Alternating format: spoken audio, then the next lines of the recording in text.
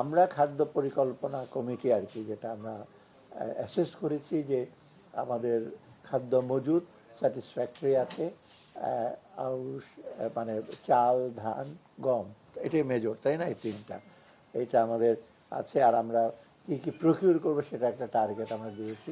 এবং সমাপ্ত জুনে যেসব টার্গেটগুলো ছিল মোটামুটি আমরা এগুলো ধানের টার্গেট, লক্ষ্যমাত্রা, আউশ, আমন সেগুলো করেছি। সবচেয়ে বেশি আসলে আমরা বোরো ধান প্রকিউর করি, সবচেয়ে বেশি আমন, তারপরে আউশ সবচেয়ে কম। এই হলো। আর মজুদ স্যাটিসফ্যাক্টরি, এটা খাদ্য উপদেষ্টা মহোদয় বলতে পারবে। আর একটা শুনে আমরা একটু অ্যাডভান্টেজ নিচ্ছি, আন্তর্জাতিক দাম চালের বিশেষ করে কমছে, আমরা একটু কম্পিটিটিভ সাথে ওটা প্রয়োজন হলে ওখান থেকে আনবো, কারণ কম্পিটিটিভ প্রাইস চালের দাম মোটামুটি কমছে বেশ। এই হলো সার্বিকভাবে। সে হলো যে আমরা চেষ্টা করছি যেমনি হোক বাজার মূল্য স্থিতিশীল করা।